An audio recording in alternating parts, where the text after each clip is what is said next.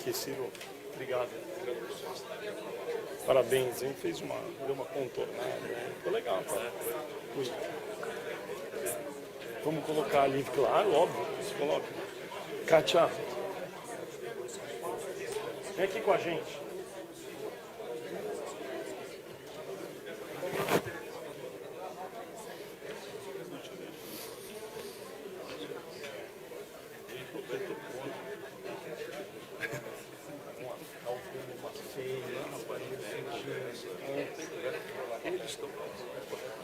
Está sendo resolvida nesse embate. É isso aí. O serviço do Bolsonaro está mais Vamos chamar uma Kátia. Já onde ela tem que ficar também. É que ninguém veio com isso. Pois é.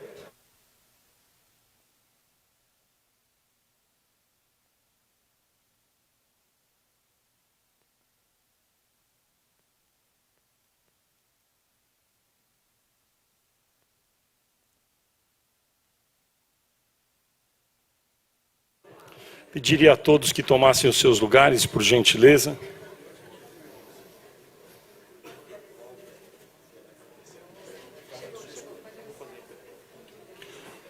Antes de darmos início a este painel, portanto, gostaríamos mais uma vez de convidar o presidente da CEBIC, senhor José Carlos Martins, para nos passar alguns números da construção.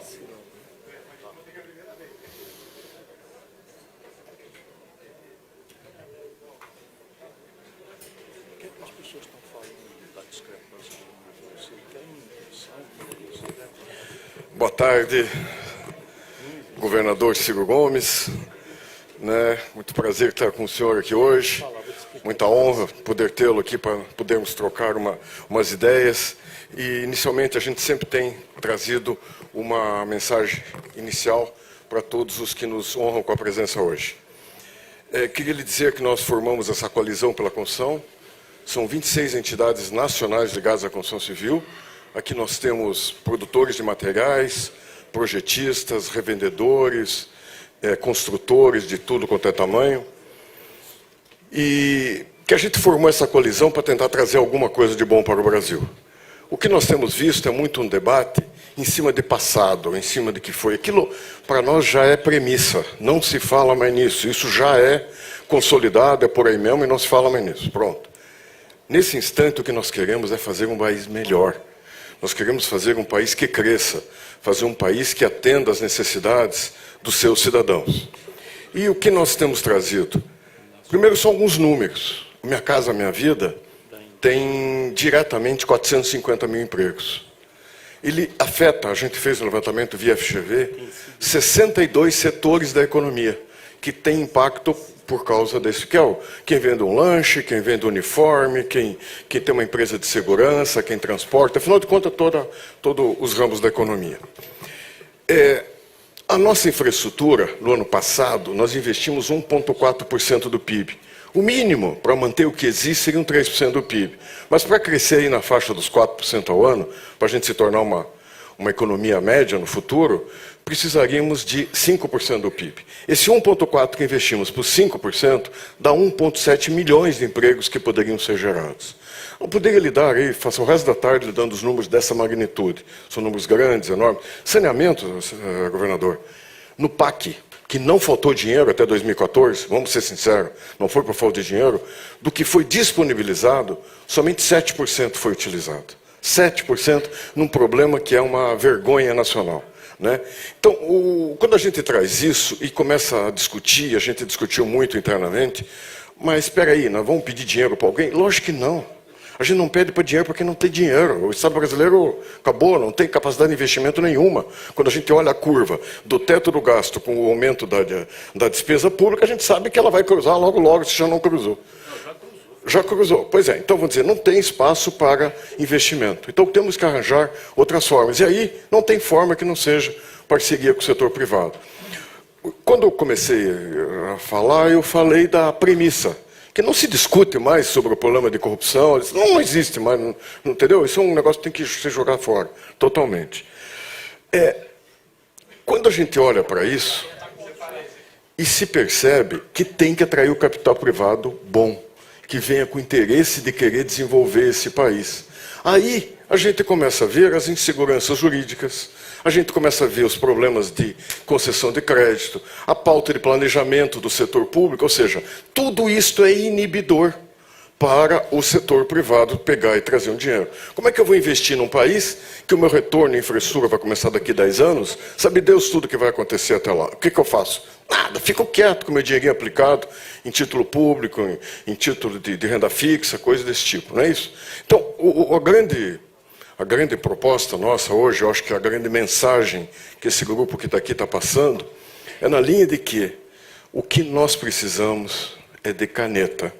Falei há pouco ali, terça-feira passada o Banco Central, com uma caneta, chegou e disse assim, olha, vou liberar 80 bilhões de reais, que era forma meio assim, não focada naquilo que era o objetivo da caderneta de poupança, que estavam sendo usados recursos da poupança. Ele diz, não, vocês vão ter que retornar isso para o financiamento imobiliário. Então, coisas que possam ser, por exemplo, o apagão das canetas, que hoje o gestor público não tem coragem de botar a assinatura dele. O salário dele está garantido no final do mês. Por que ele vai correr risco dele e da família para se não ganhar? Não tem mérito nenhum, não tem ganho nenhum com isso. Então, o que a gente insiste é isso. O que se pode fazer para que o setor da construção seja a grande âncora, como um dia já foi agricultura, como um dia já foi exportação, como foi telecomunicações, não é isso? Então, como é que hoje o setor da construção poderia, sim, se tornar a grande âncora de uma nova fase de desenvolvimento do Brasil? E, para isso, nós estamos todos à disposição e, ó, manga arregaçada. Obrigado, senhor. Muito obrigado, senhor José Carlos. Tem a palavra, portanto, o senhor Fernando Rodrigues para mediar este painel. Muito obrigado. Queria agradecer mais uma vez, em nome da Coalizão pela Construção, que organizou esse debate. São 26 entidades aqui reunidas e agradecer a presença do candidato a presidente da República, Ciro Gomes. E só para dizer para o senhor já deve ter sido informado antes, mas só para recapitular, é 1 hora mais ou menos por candidato. Já passaram por aqui Marina Silva, Geraldo Alckmin e Álvaro Dias. O senhor é o quarto do dia. O senhor terá até 20 minutos para fazer uma exposição inicial e, em seguida, passaremos à fase das perguntas. Então, sem atrasar mais, gostaria de passar e agradecer a sua presença mais uma vez. A palavra ao candidato Ciro Gomes.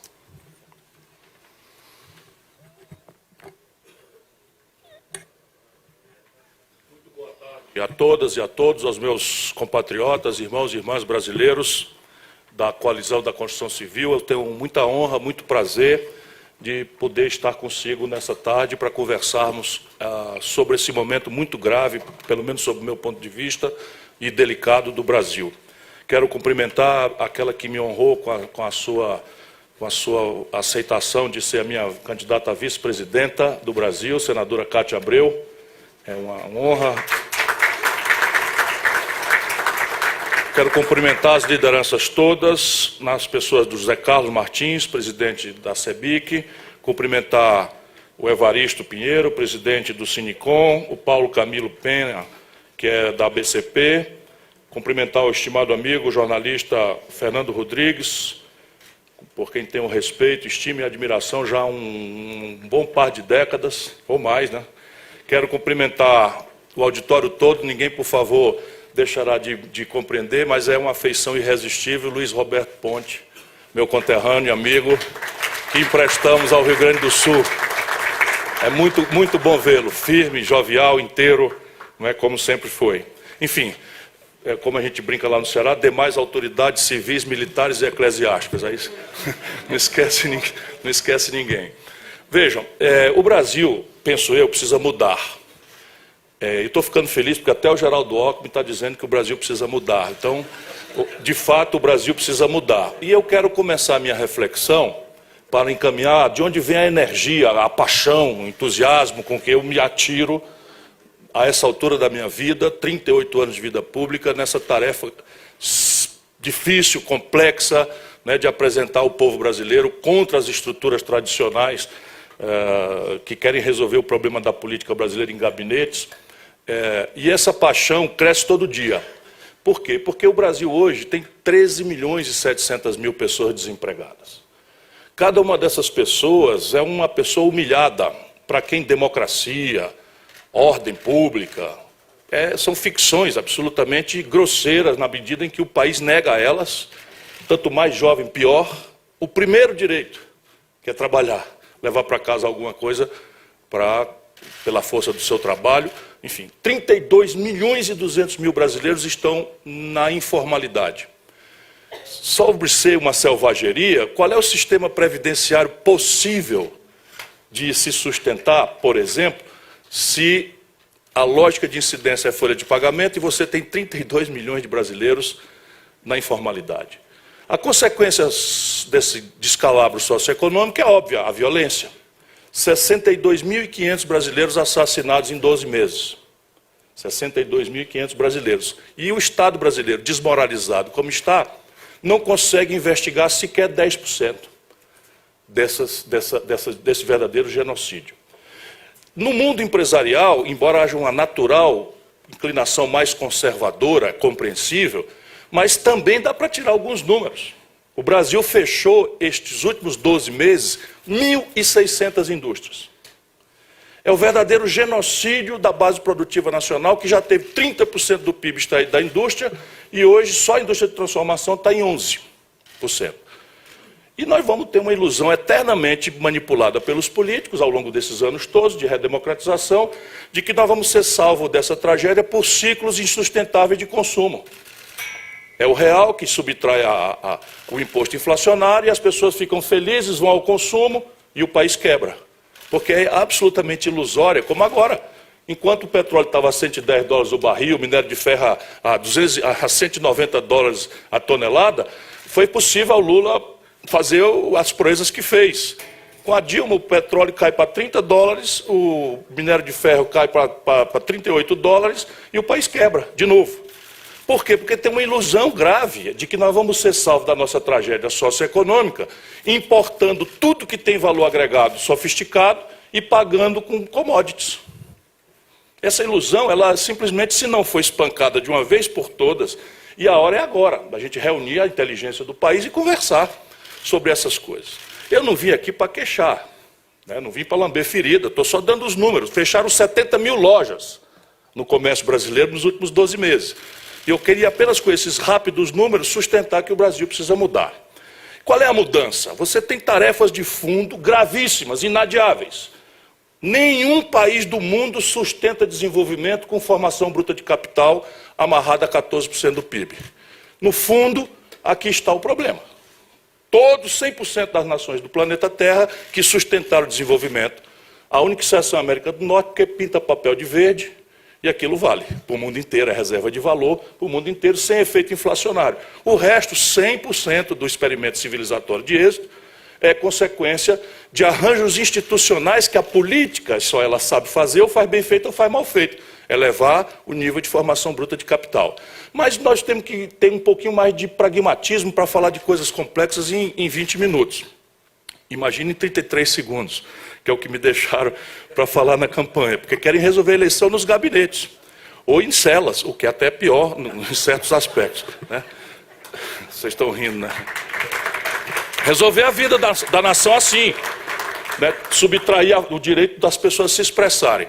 Não aprenderam nada, mas faz parte. Então, veja bem, para partir e retomar o desenvolvimento no Brasil e resolver essas equações todas, nós temos 4 tarefas óbvias.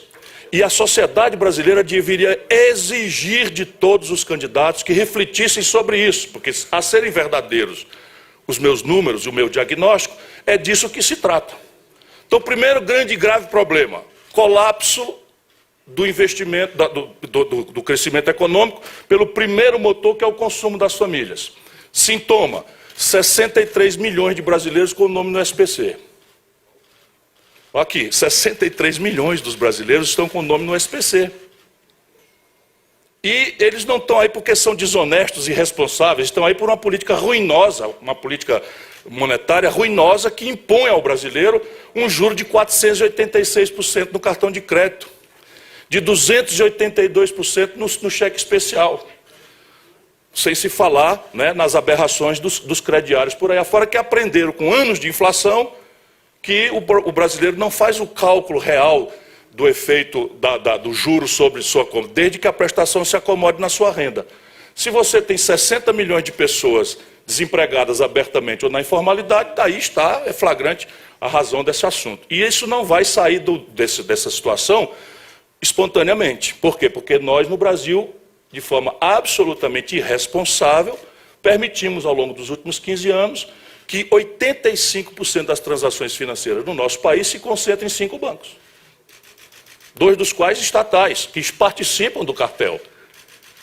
Participam do jantar semestral, trimestral, para acertar a taxa de juros, a rentabilidade das tarifas, e quem quiser que se vire. Como o Bolsonaro disse na televisão, banqueiro é uma profissão como outra qualquer, quem quiser peça dinheiro emprestado. Como se fosse assim, os americanos têm 5 mil bancos. E é porque afrouxaram a legislação que impede concentração bancária lá, só para dar um exemplo prático do epicentro do capitalismo mundial.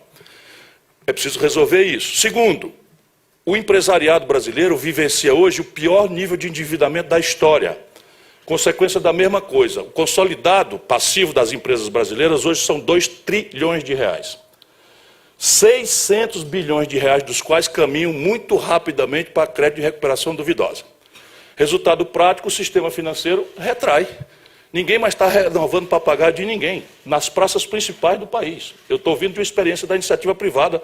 Estava na CSN, presidindo 2 companhias, e eu, frequentando esse meio empresarial, vi de perto o que está acontecendo. Ninguém mais empresta nada para ninguém. Não é? Tem que ajudar a resolver isso, e o mercado concentrado e cartelizado não vai resolver.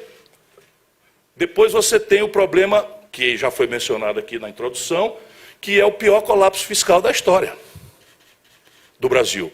E, evidentemente, sendo esse o mais grave constrangimento, porque o outro motor, não é, consumo das famílias, investimento empresarial, ambos colapsados, pelo que eu já disse, e vemos aí o problema do crédito, da condição de financiamento do setor público.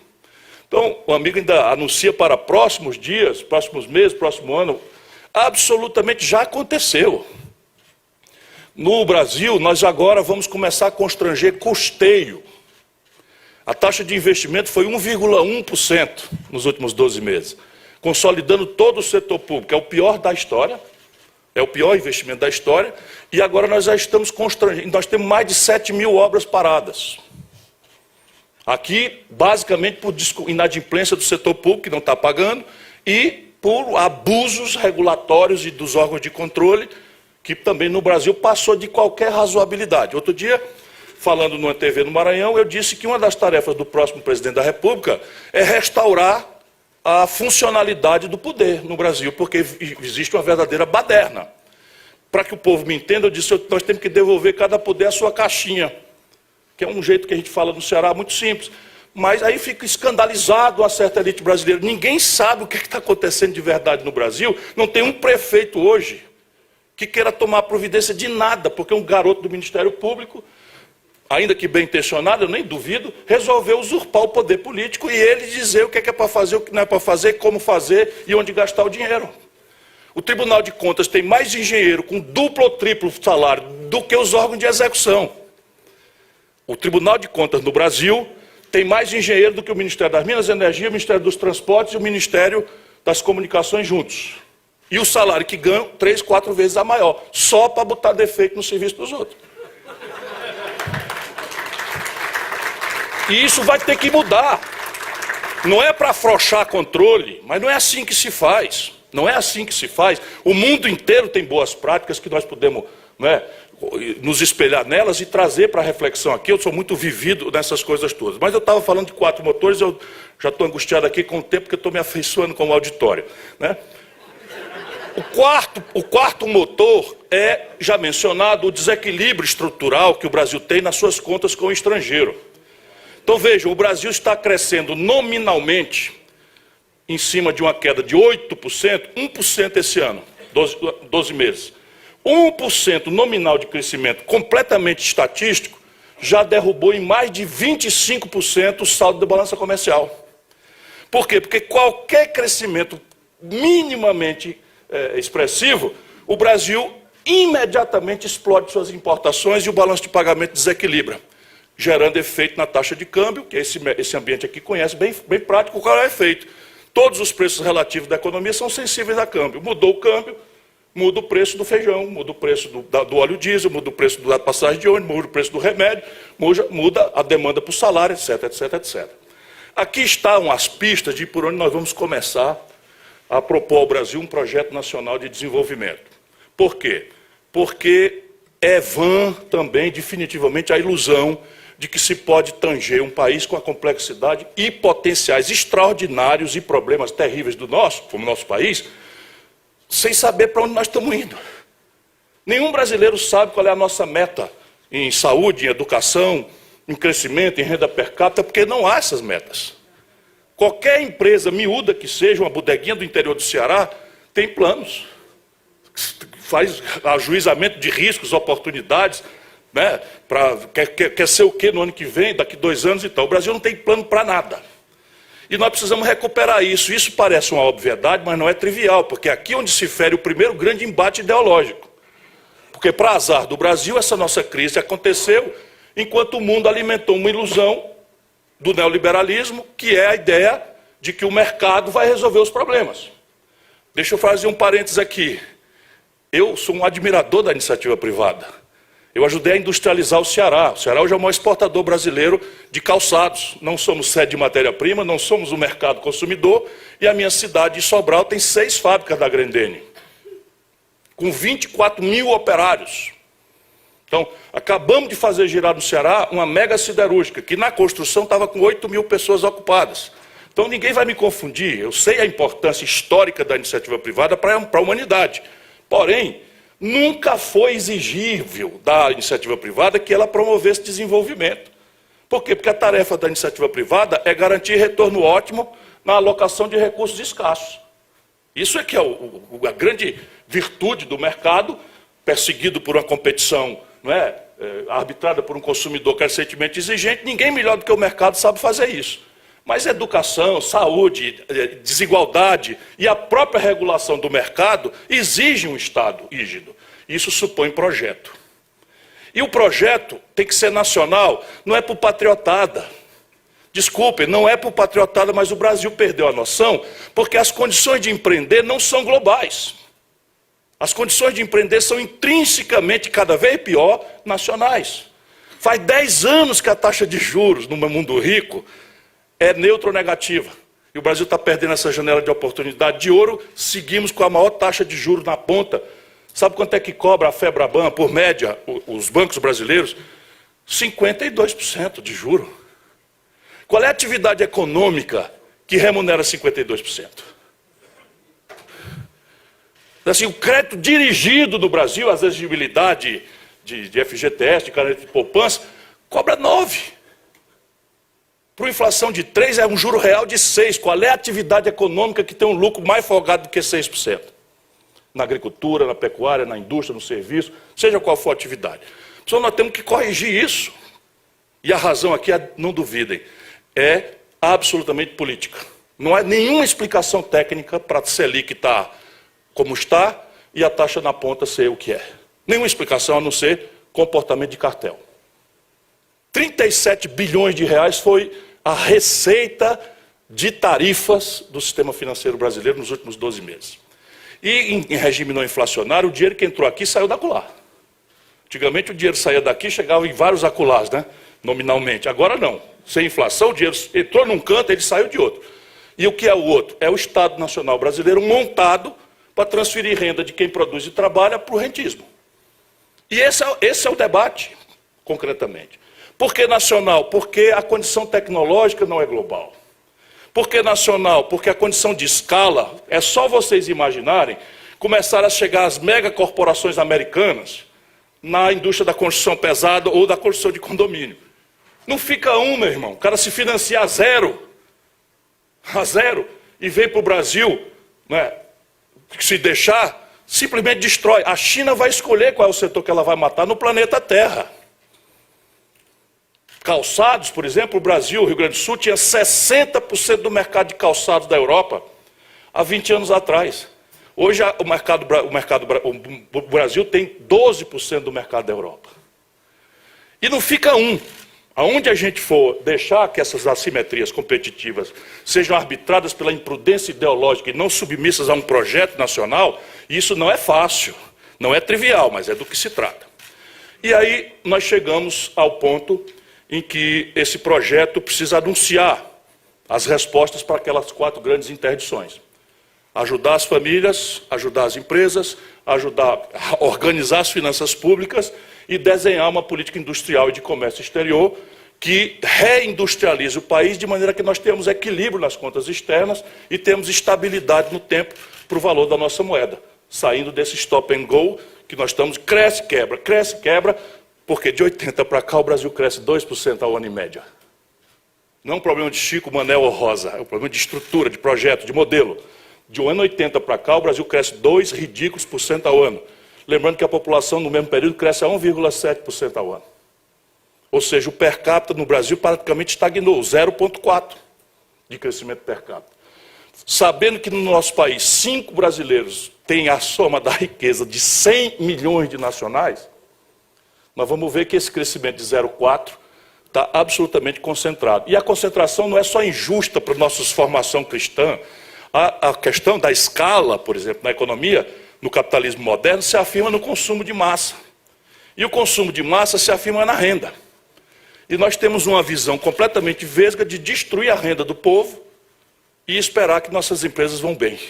Não há nenhuma chance disso acontecer. E isso tudo é o que eu quero ajudar o Brasil a compreender, a aclarar, e vou botar os números nisso tudo. E, evidentemente, eu quero ser fiel ao que é o tempo e me disponho a tentar responder questionamentos, suprir as deficiências, mas eu quero obedecer ao tempo. Muito obrigado por sua atenção.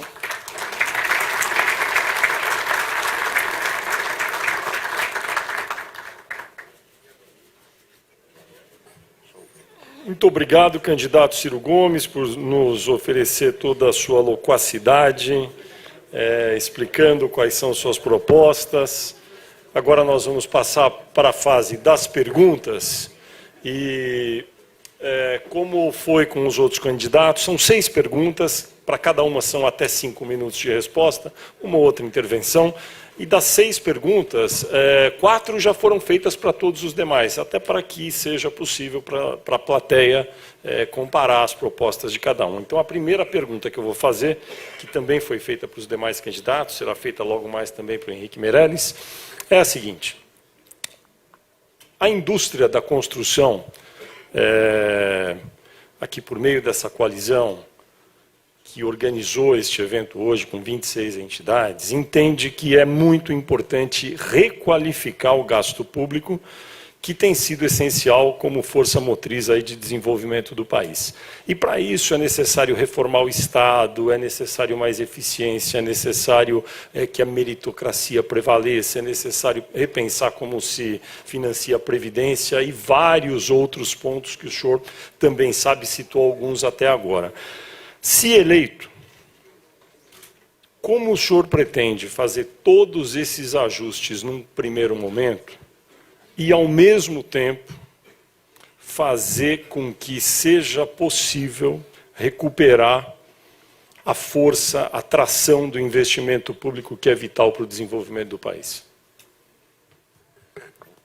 Uma informação, porque o discurso político anda muito desmoralizado e eu acho que isso é bom para o povo brasileiro qualificar sua observação crítica. Eu acho que nós não deveríamos jamais nos apaixonar por nenhum político. Todo político deveria ser olhado com o pé atrás até que ele se demonstre de fato coerente entre o que faz e o que diz. Falo isso comovidamente e aí quero começar dizendo isso. O estado do Ceará, como todos sabem, um dos mais pobres estados do Brasil, é hoje o estado fiscalmente mais sólido do país. O Ceará está investindo mais em termos reais do que São Paulo. Hoje, em termos reais. Proporcionalmente, não tem rival o estado do Ceará.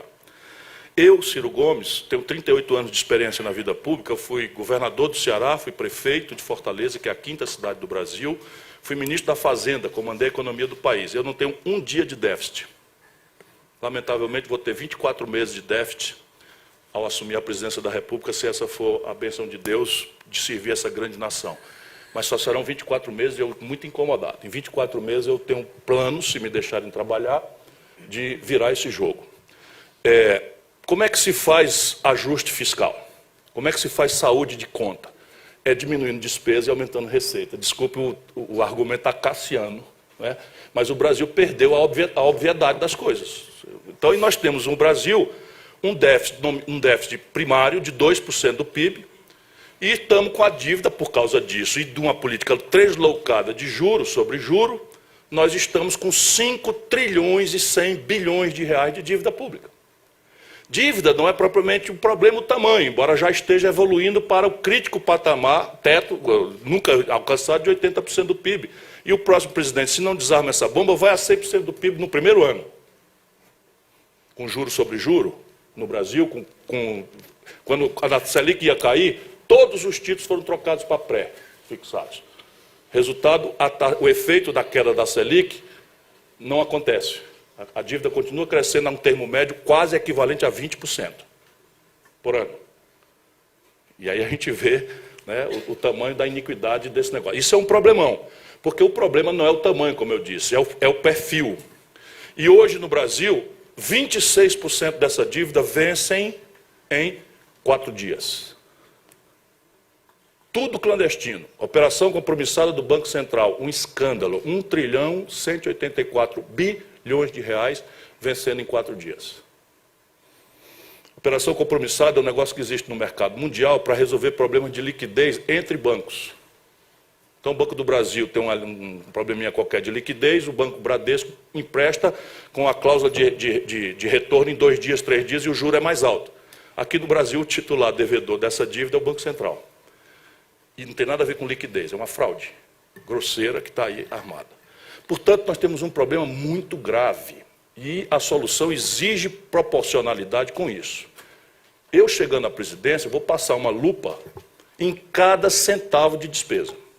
Cada centavo. Agora, por exemplo, essa agenda trivial que se fala, previdência social, é evidente que nós temos que ter um regime e outro de previdência, porque essa daí é muito pior do que se diz, ela não é reformável mais. Porque ela é um regime de repartição, e esse regime de repartição nós estamos na companhia da Argentina e da Venezuela. Nesse assunto não são boas companhias, né? Não por acaso os 3 estão quebrados.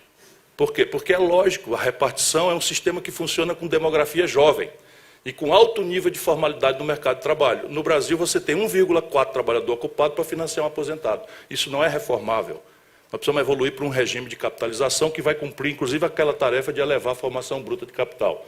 Custos de transição estão sendo todos estudados, serão apresentados, eu já os tenho, e dá para fazer, só que não é fácil nem trivial, a questão da transição.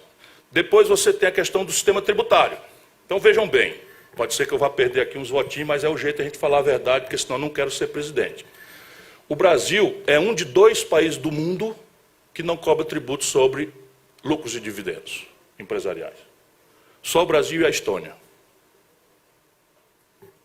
Qual é o sentido? Evidentemente, nós temos que adaptar a tributação de imposto de renda das empresas, tirar, mas não podemos estressar uma empresa quando ela está produzindo e trabalhando.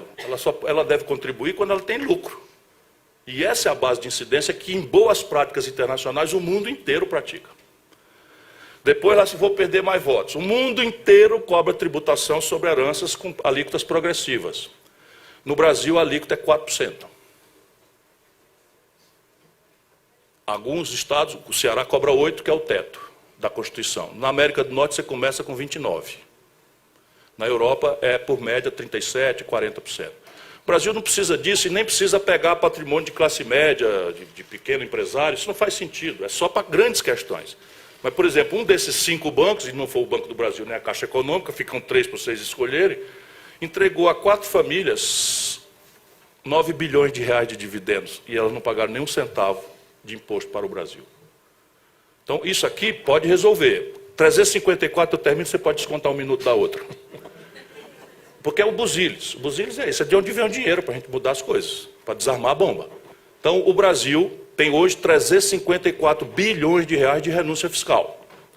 Vou passar a lupa, item por item, e parte relevante desse incentivo fiscal foi entregue a multinacionais para converter em dólar e fazer remessa de lucros e dividendos na hora da recessão mais brutal do país. Então, a indústria automobilística, por exemplo, no Brasil, está com 30% de capacidade de instalado ociosos e remetendo lucros e dividendos para suas companhias matrizes, porque não paga nem um centavo. E tem renúncia fiscal muito pesada nessa área. Só a Dilma deu 84 bilhões de reais de renúncia fiscal. Evidentemente que eu vou atrás disso aí. Para quê? Para pegar dinheiro e vou começar a empregar o povo com construção civil. Também temos aqui vários mecanismos para anunciar que eu já estou estudando. Desculpa aí, pode descontar o outro. O senhor está com crédito aqui ainda. Aliás, eu parei 1 minuto antes. Isso. Eu vou passar agora a palavra para o nosso Evaristo Pinheiro, que é presidente do Sindicato Nacional da Indústria da Construção Pesada, o Sinicom. E daí ia te pedir ao mesmo tempo para dizer, se possível na sua próxima resposta, que o senhor nos dissesse quanto tempo é o horizonte no ano que vem para que essas medidas que o senhor diz para diminuir despesas, arrecadar mais, façam efeito e ganhem tração na vida real e na economia. Mas a palavra agora com o Evaristo. Evaristo. Obrigado, Fernando.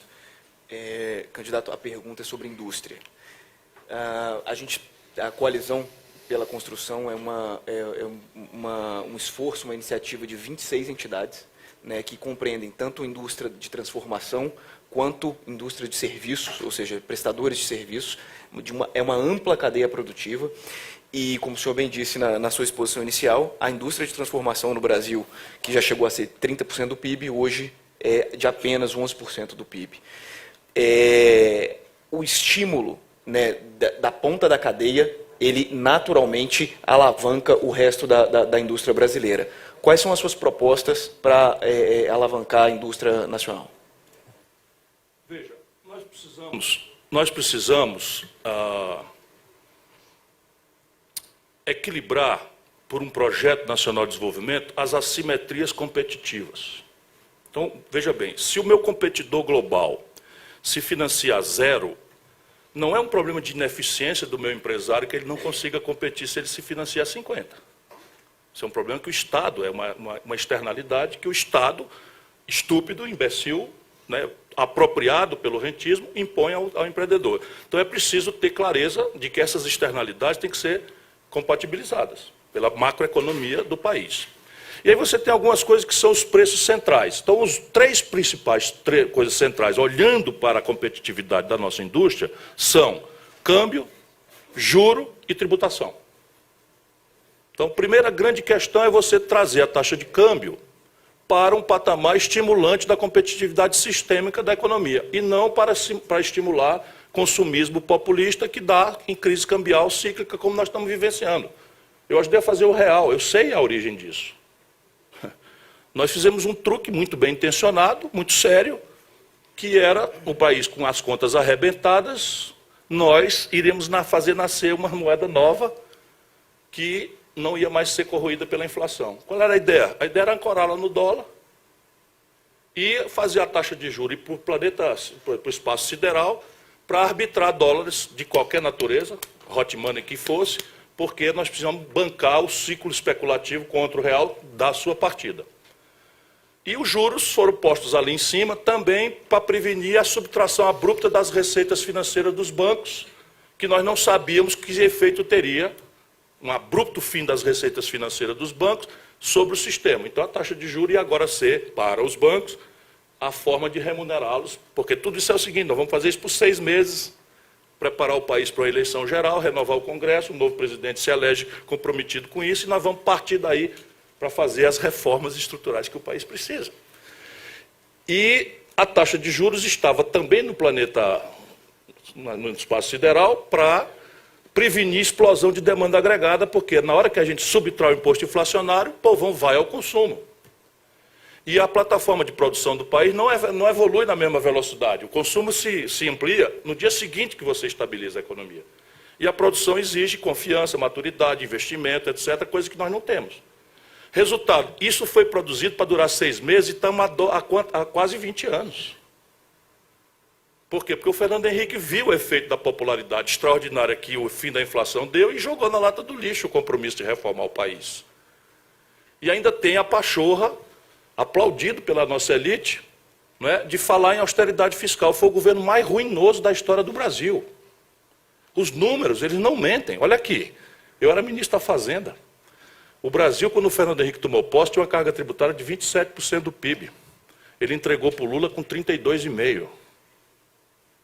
Foi um ponto percentual do PIB de aumento de carga tributária nunca visto na história desse país, nem do capitalismo mundial. Evoluir a carga tributária assim, 1% ao ano do PIB, e todo mundo bate palma.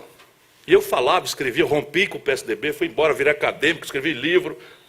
Bobagem, virei do garoto prodígio da política brasileira, virei um doidão, do pavio curto, que não sei o que e tal, porque estou falando a verdade para as pessoas. Mas não, é uma coisa que vocês não têm ideia de como é estranho. Eu fui governador, fui prefeito, o mais popular do país, melhor avaliado do país. Então, o Fernando Henrique desmobilizou 170 bilhões de dólares do patrimônio brasileiro e a dívida pública, que de Pedro Álvares Cabral e Itamar Franco estava em 38% do PIB, explodiu na mão dele para 78% do PIB. Não há ruína fiscal semelhante na história de nenhum país que eu conheça, que eu tenho estudado. E isso está produzindo essa tragédia que nós estamos aí. Portanto, é preciso desarmar essa bomba.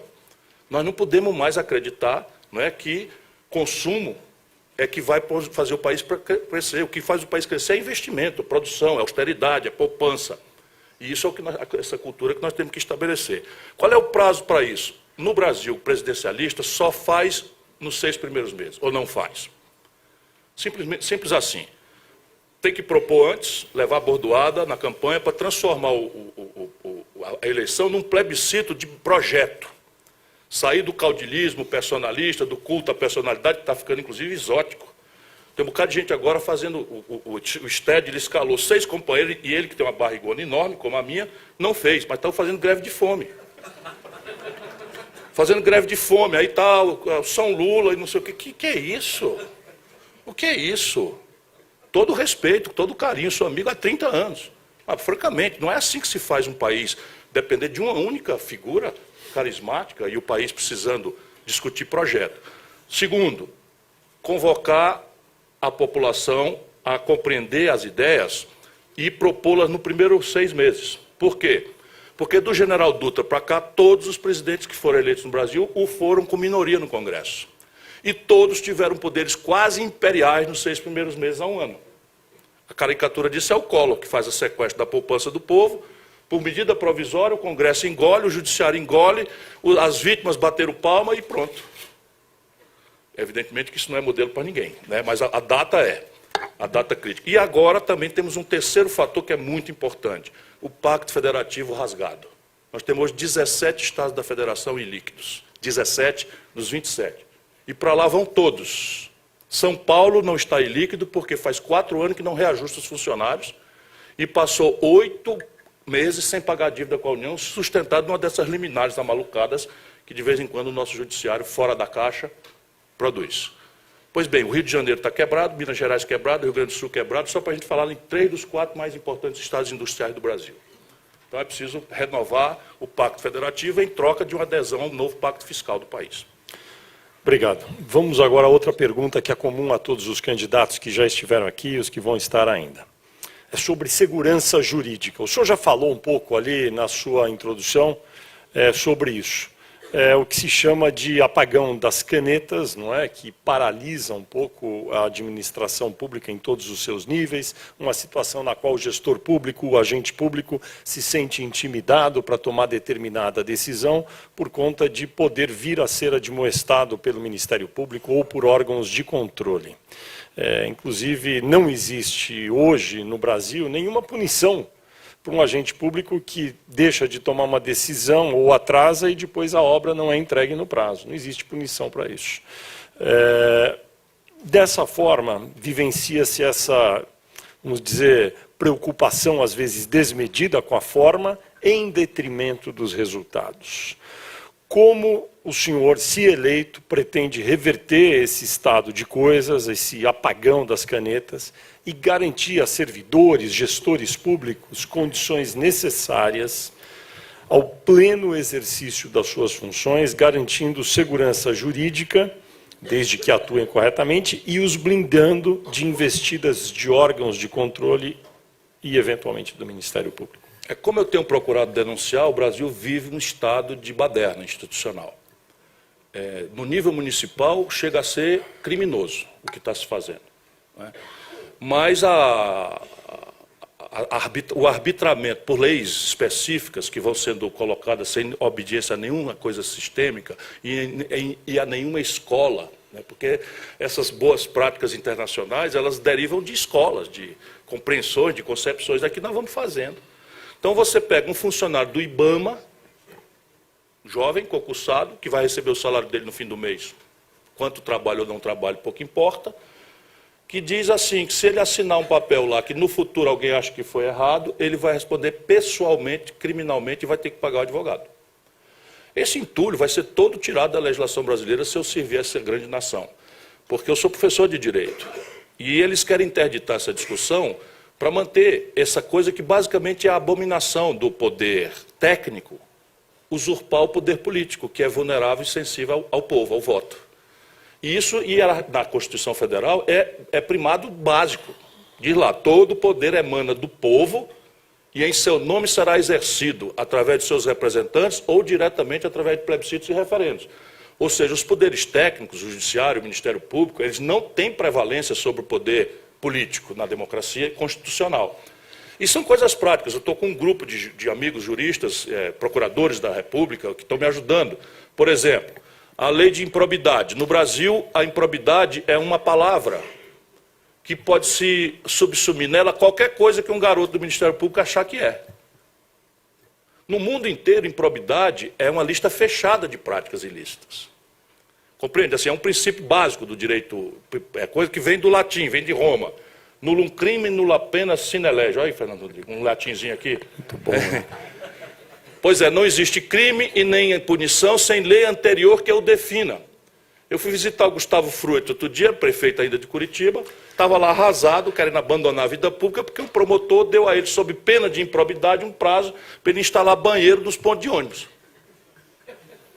O cidadão vai se eleger, cara, vai se eleger e mais uma prioridade botar banheiro no ponto de ônibus. Não, mas estava lá ameaçando um homem honrado, filho de um homem honrado, que é o Maurício Fruet, por esse tipo de coisa. Isso vai ser tudo corrigido. Deixa eu perguntar para o senhor, queria até dar a oportunidade para o senhor explicar mais, porque o senhor outro dia disse que o Ministério Público tinha que voltar para a caixinha, o Poder Judiciário... Executivo na caixinha, Legislativo na caixinha. Como é que isso vai se dar na prática? É uma lei que vai ter que ser aprovada? É um conjunto de leis. Haverá uma nova lei de licitação.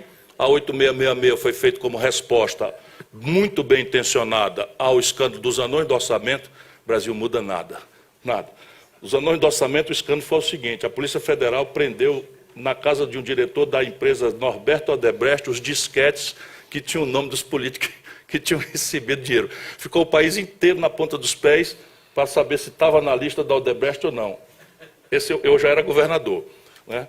E aí corremos acima, fizemos a lei da Odebrecht, da lei da 8666, para corrigir a coisa. Aí a turma aprende a fazer e nós estamos agarrados nessa porcaria hoje, porque o que acontece? Superfaturam nos preços básicos do início da obra e subfaturam dramaticamente dos preços intermediários para cima, preço final impraticável, fazem a obra onde está superfaturada, abandonam e tem aí a confusão de você ter que chamar o segundo lugar pelo mesmo preço do outro que subfaturou. Tem que refazer a 8666. A lei de licitação, a lei de licenciamento ambiental, Ponte, tudo. Sim, pois não, claro. Lógico. Eu faço questão de lhe pedir uma hora para conversar. Sim, claro. O mal já foi dito que ela é desobedecida. E vou lhe mostrar como era impossível qualquer ato da Lava Jato se ela fosse cumprida. Eu apoiei a 8666, eu vou lhe dizer o que foi uma ela bela contém. iniciativa para a data. Não só o que ela contém, 3 coisinhas que ela contém. Primeiro, é obrigada a ter projeto e orçamento corretos, de conhecimento de toda a sociedade antes da licitação. Segundo, é obrigada a ter um preço teto. É impossível conluio, respeitando a lei 8666. É impossível conluio. Pode se juntar todo mundo, porque o governo é que arbitra o teto. Terceiro, não pode ter aumento de nenhum acréscimo maior do que 25%. Bastava esses 3 pontinhos. Nada mais do que isso. Agora, bem como Vossa Excelência tem toda a razão no que disse, só não tem razão nisso aí. E eu peço ao amigo que me dê o direito de lhe procurar para dar o esclarecimento. Eu vou procurar. E eu só digo uma coisa para quem a critica. Me diga um dispositivo. Eu sei, rapaz, eu sei. Um dispositivo dela que esteja errado. Com todos os venenos que fizeram. E fizeram. Todo mundo que criticar, você pergunta isso, e o cara é mesmo, não sei o que é. Mas tornou-se a GNI. E é a maior injustiça. É tanta injustiça como aquela que você está denunciando com muita pertinência. Com muita pertinência. Só não põe a lei 8666. O que precisamos é manter e corrigir, sabe o quê? As interpretações vagabundas que estão fazendo. Sim. É só para isso.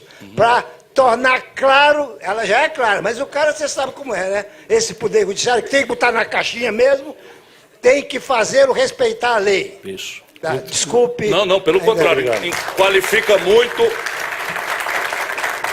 muito a minha opinião e ela está imediatamente vulnerada só pela clareza com que o amigo ainda defende a sua bela obra.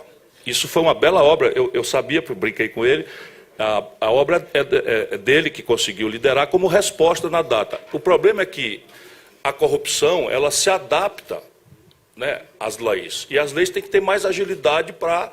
Né? Portanto, não pode ser rígidas, mas evidentemente os princípios estão ali, e qualquer nova lei tem que replicar esses princípios. Mas repare, por exemplo, você abre uma licitação, você abre todos os documentos de todo mundo, e aí começa a esculhambação de judicialização, e ninguém consegue resolver porque todo mundo...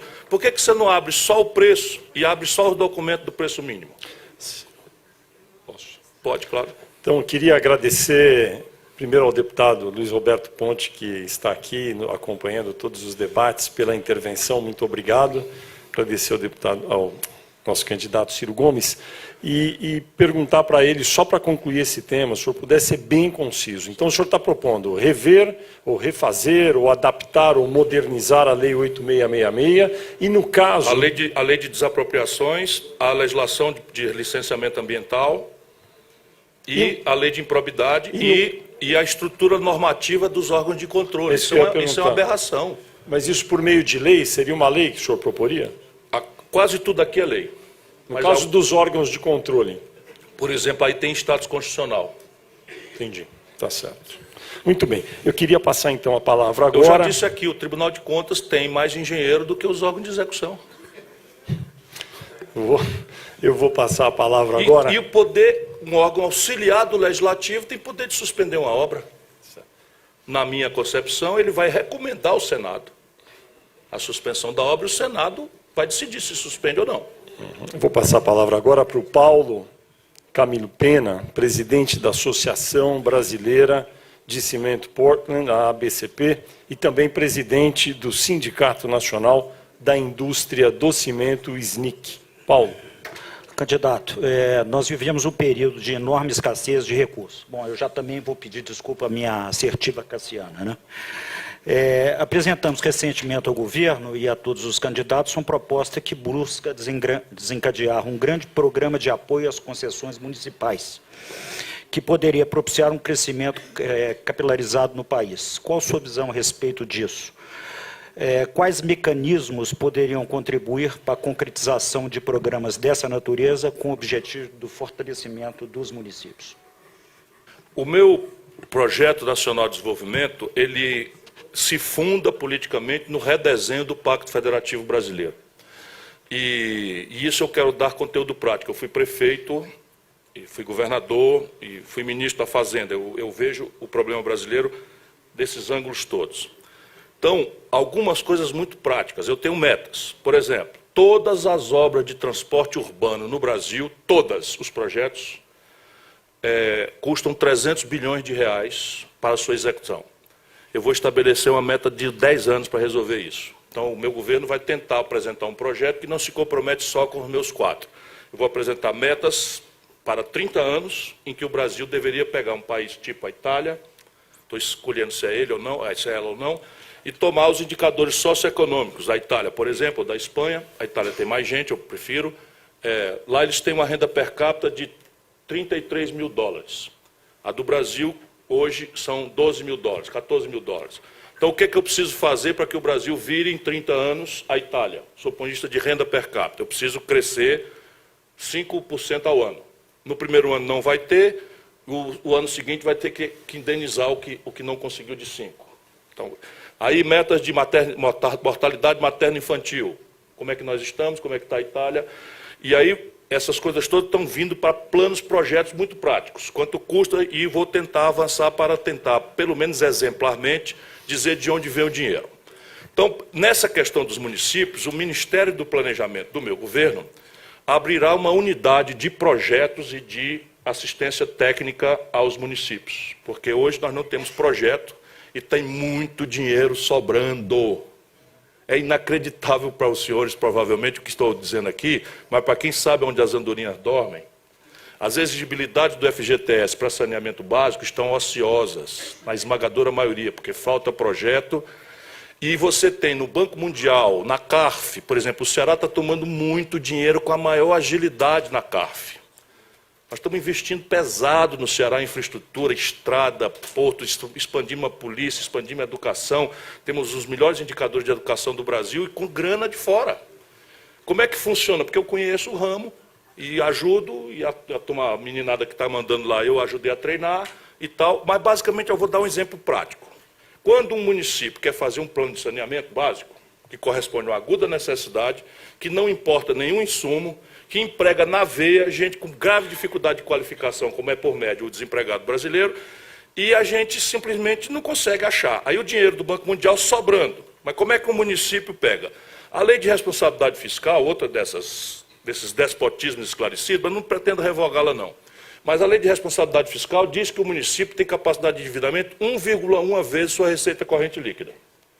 No Brasil, a esmagadora dos municípios não tem nem sequer 0,1, quanto mais 1,1 de endividamento, porque não compreende como funciona, não tem assessoramento e tal. Então se o município tem, Fortaleza está fazendo e tal, se a gente vai ao Banco Mundial, o Banco Mundial disponibiliza dinheiro para saneamento, é franco. 300 bilhões de reais, é assim, para um período razoável, é moleza. Moleza, eu digo para os senhores sem medo de errar. Mas como é que funciona? Você vai ao Banco Mundial, o Banco Mundial disponibiliza o dinheiro, e você entra num penoso procedimento, que é COFIEX, CAIM, e aí esses caras lá embaixo, Secretaria do Tesouro, resolveram da cabeça deles, por uma portaria do ministro ou do secretário do Tesouro, que os municípios só podem se endividar 0, a lei diz que é 1,1 e o burocrata diz que é 0. Agora veja, mais coisas. Quando o município se endivida, ainda vai para o aval do Senado, etc. Quando o município se endivida, ele se endivida nas condições do Banco Mundial. 5 anos, 6 de carência, tudo isso dá para negociar. 20 anos para pagar. E a União Federal fica com a procuração do município para reter a transferência corrente do Fundo de Participação. E sabe como é que a Secretaria do Tesouro contabiliza isso? Como presente.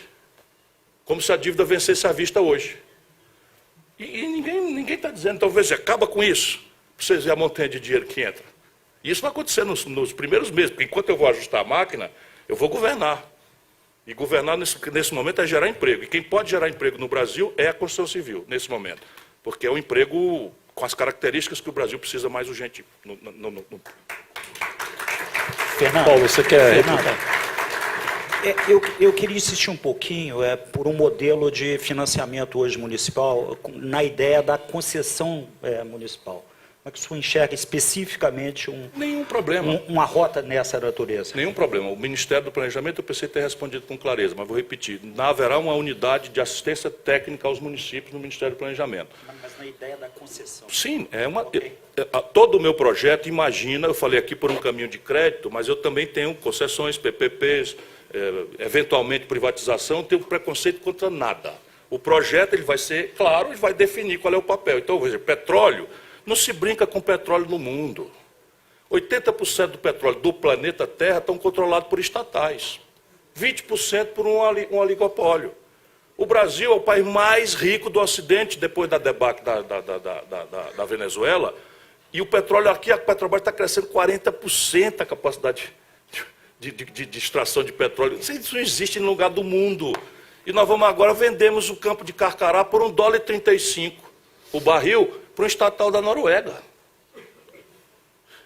E tem um problema que chama-se passivo externo líquido, não é na patriotada não, é porque cada investimento estrangeiro corresponde a um passivo externo a ser financiado em dólar. Se você começa a vender não tradables, tipo usina hidráulica, para o chinês, Ótimo, vamos ter uma ilusão de ótica, o chinês vai comprar tudo e eu quero saber de onde vão vir os dólares para pagar fornecimento global das turbinas que eles vão trazer deles, para pagar a remessa de lucro, para pagar o salário dos executivos chineses, etc, etc. Soja, milho, petróleo bruto, minério de ferro, isso não paga essa conta. Esse é o grande problema brasileiro. E nós temos que sair da burrice e usar a inteligência. Aqui o caminho é o do Deng Xiaoping, que disse lá, pelo caminho inverso, para mim não importa a cor do gato, importa que ele casse o rato. E é o meu caso. Eu quero lá saber, não tenho preconceito de nada. Agora, eu compreendo o país. A Embraer é empresa privada, eu não quero estatizar a Embraer. Mas repare o que está acontecendo. Os americanos pressionaram o Brasil durante 6 anos para nos obrigar a comprar sucata, que é um caça de segunda linha deles, o F-15, que eles já estão com o F-16, e esse eles não vendem para não passar segredo tecnológico. E nós conseguimos, por um momento absolutamente único na história do capitalismo mundial, que a Saab passasse para o Brasil o pacote inteiro do caça Gripen. Tudo, propulsão, microeletrônica, tudo. Software, tudo. Porque entenderam que são do tamanho do Ceará, quase, 10 milhões de habitantes, e eles precisam de uma plataforma global, escolheram o Brasil. Por um momento, a nossa Força Aérea identificou isso, e aí a Embraer agora vai ser comprada pela Boeing. A Embraer desenvolveu, com dinheiro público brasileiro, uma joia.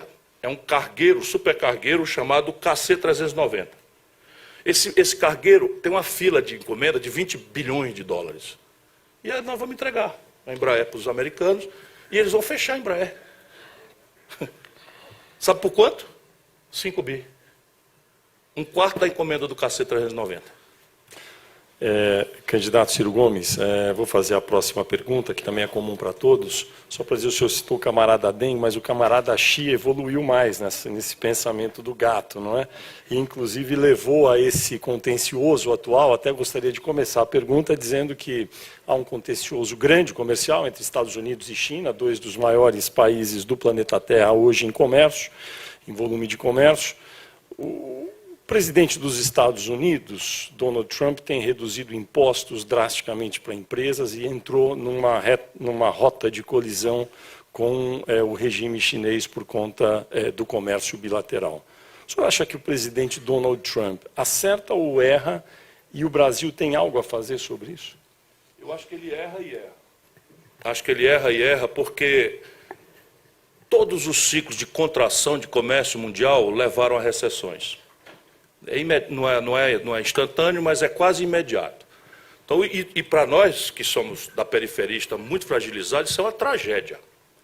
Porque na hora que eles restringem, por exemplo, importações da Europa em matéria de aço ou em matéria de alumínio, etc., etc., os excedentes europeus vão perfurar o mercado, terceiros mercados. A China já tem, comprando minério de ferro aqui, já domina 20% do mercado de aço plano do Brasil. E isso, volto a dizer, gera um passivo. Então, é errado completamente. Os americanos, eles têm uma facilidade de trabalhar questão fiscal porque eles têm o dólar. Então, o dólar é reserva de valor para o mundo. As reservas da China estão em dólar. A China não se interessa que o dólar se desvalorize. O Brasil tem reservas em dólar. Todo mundo tem reserva em dólar. Então, para eles é completamente atípico. Agora, a situação fiscal americana é trágica. É trágica. Eles só estão adiando um problema, mas no mundo acadêmico lá, todo mundo fala dos déficits gêmeos, que é o déficit externo, comercial, profundo, que não vai ser resolvido com protecionismo. Deixa eu continuar aqui, então. O Brasil está em crise, né? Não estou nós todos aqui sendo acacianos várias vezes, não é? E as empresas aí sofrendo com essa deterioração seguida da economia já há alguns anos. E o senhor falou no início, já se falou aqui um pouco sobre a concentração bancária no Brasil. A pergunta é sobre crédito, porque nós temos 5 grandes bancos no Brasil que fazem aí, se respondem por perto de 80% aí do mercado bancário. Como fazer... Rapidamente, o senhor disse que os 6 meses iniciais de um mandato presidencial são aqueles verdadeiramente úteis para a reforma e para mudar isso também no mercado bancário, implementar mecanismos que possam rapidamente destravar o crédito sem, evidentemente, comprometer as boas práticas bancárias. O que fazer a respeito disso? E na tela aí está sendo mostrado para todos os candidatos. Em 2003 foi tomada uma decisão que teve um efeito até 2014 muito positivo, que foi a Lei 10.931. Eu era ministro, ajudei nas 3. A partir de agora, o que poderia ser feito para ter um novo impulso, o crédito no país? O Brasil precisa pactuar um sacrifício fiscal verdadeiro para esses 6 primeiros meses. Um sacrifício que vale a pena, porque é once and for all. Se a gente conseguir reverter expectativas, não precisa nem sequer os efeitos serem tão instantâneos, porque parte, por exemplo, dessas providências, elas são submetidas ao princípio da anterioridade. É de que, posta em vigor a lei agora, seus efeitos só poderão entrar no ano que vem. Por isso que eu falo em 24 meses, mas conceitualmente você pode, em 6 meses, virar as expectativas. Por exemplo, se consegue uma reforma previdenciária, criando um novo regime de capitalização, com as transições todas muito acertadas, se houver curiosidade eu posso detalhar, porque eu estou estudando com profundidade para ver se eu procuro estabelecer uma diferença com meus ilustres opositores, que gostam muito aí da marquetagem, e eu não gosto. Eu gosto de número, gosto de estudar, eu gosto de ser governo popular, não gosto de ganhar eleição, eu gosto de sair eleição o mais popular do país, como aconteceu nas 2 vezes que eu governei. Então, eu estou me apresentando, eu preciso de uns votinhos, então, desculpe aí o que parece ser sempre modéstia, mas é o candidato precisando de voto e eu agora já posso pedir, né? Então, algumas coisas, entretanto, têm praticabilidade instantânea. Por exemplo, dado que nós temos 2 bancos públicos, nós temos que tirar esses 2 bancos públicos do cartel e forçá-los a competir. Então, repare, o desconto de uma duplicata no Brasil é 1,75% se você for um bom amigo do gerente ao mês. Não precisa ser assim. O Banco do Brasil pode ganhar dinheiro, aumentando o seu share no mercado, a Caixa Econômica pode ganhar dinheiro, né, aumentando o share e ganhando em escala. E pode financiar a duplicata a 0,5. 0,5 ao mês dá mais do que a Selic. Juro sobre juro. Então, estou calculando, estou conversando com uma gente do Banco do Brasil e tal. Aliás, o Paulo Caffarelli, que é o atual presidente do Banco do Brasil, foi meu colega na CSN, trabalhamos juntos. Então, estou trabalhando isso aí, isso é uma providência. Outra coisa que está acontecendo interessante, mas o risco aqui é de desnacionalização, e eu não queria que acontecesse a desnacionalização do sistema financeiro brasileiro, que é a proposta do Pécio Arida, que é o assessor econômico do Alckmin. Ele está falando que nós devíamos privatizar o Banco do Brasil e a Caixa, mas não permitir que os bancos brasileiros comprem. Ou seja, está falando em vender para o estrangeiro. Isso é o último limite que a gente possa ter, né, porque o Santander é um banco estrangeiro e é um dos 5. O Itaú e o Bradesco, e o Santander é um dos 5, e eles aqui ganham dinheiro por todo o planeta Terra juntos. Todas as plataformas do Santander, o Brasil, eles ganham mais dinheiro do que todo no mundo inteiro. Né? Vocês sabem. Então, as fintechs. Então, a fintech é uma coisa de banco virtual, digital, que também vai agravar a competição. Cooperativas de crédito e tal. E inovar em mecanismos de garantia para outras coisas, tipo autofinanciamento em construção civil, que funciona muito bem em alguns lugares. Por exemplo, Fortaleza. Funciona muito bem.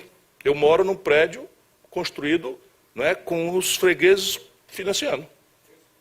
Hein? Não, a gente ganha um pouco mais. É a construtora, né? Ela ganha dinheiro. A gente pagou um pouco mais do que o custo, mas ela não precisou tomar dinheiro emprestado em banco. Foram os próprios mutuários que foram pagando as prestações e ela foi edificando. Funciona muito bem em Fortaleza isso, mas em outros lugares houve grande frustração.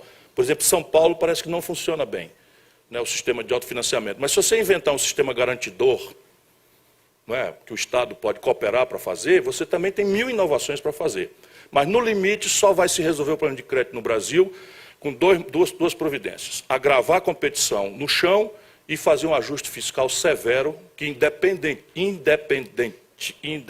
torne independente o setor público de ser o grande tomador.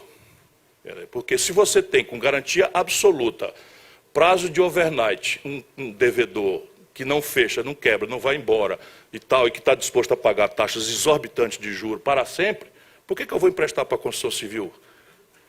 Para que eu vou fazer isso? Para a infraestrutura? que é para a rentabilidade daqui 10 anos que vai começar, daqui 15 anos, 20 anos e tal, isso não existe, nenhuma chance. Nós chegamos...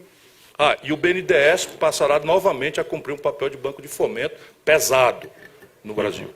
Nós chegamos aqui à pergunta final. Mataram a minha filha, a TJLP. Né? Estão falando mal da sua, que é a 8666, a TJLP eu que criei como ministro da Fazenda, e eles quebraram, fecharam, tiraram a TJLP.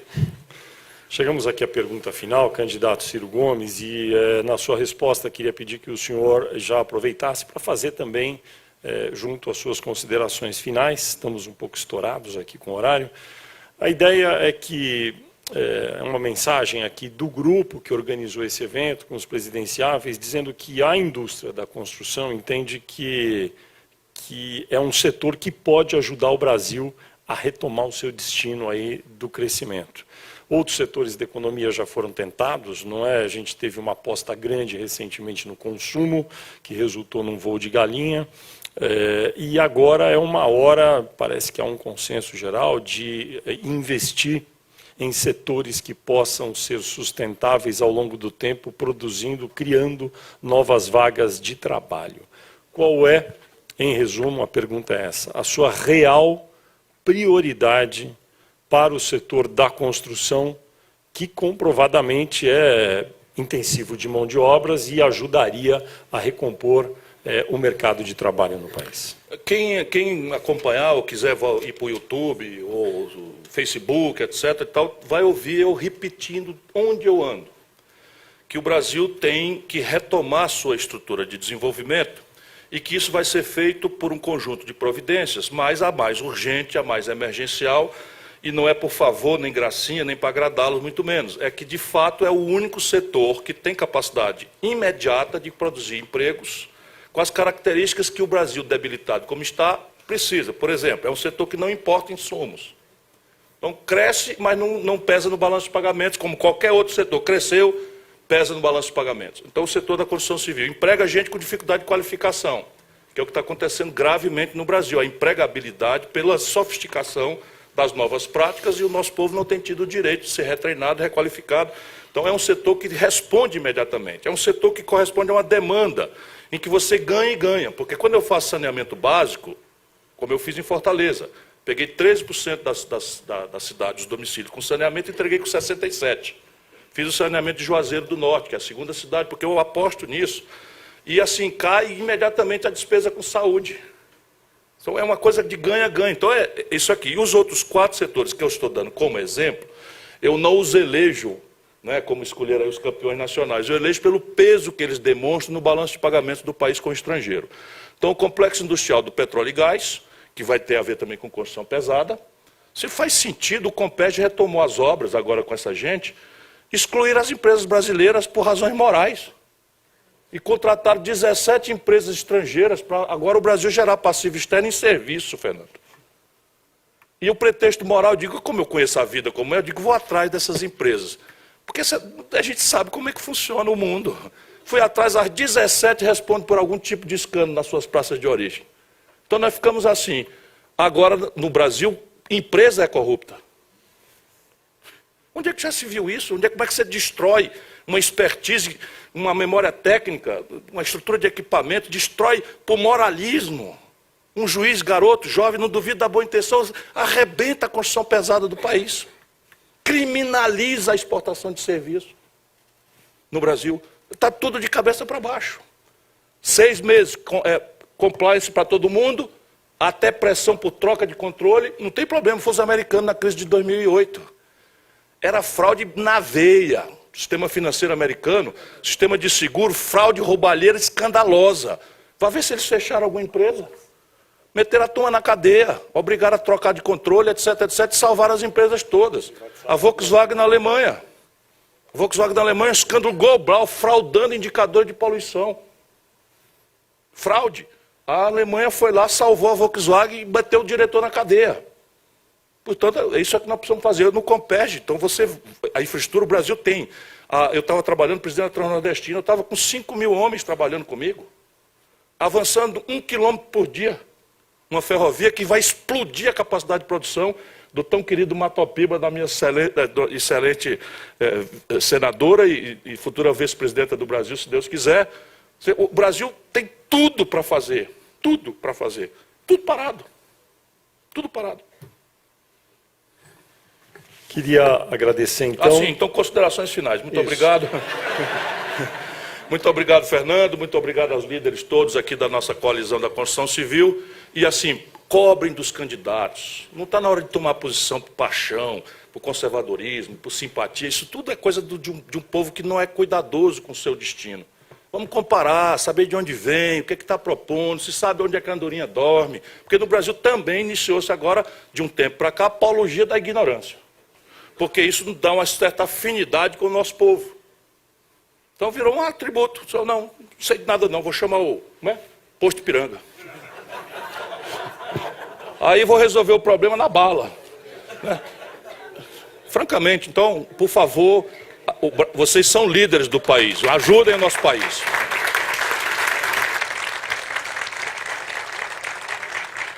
Dessa forma, gostaríamos de agradecer a todos os integrantes deste painel e pedir, por gentileza, aos participantes que se posicionem para que possamos fazer uma foto oficial.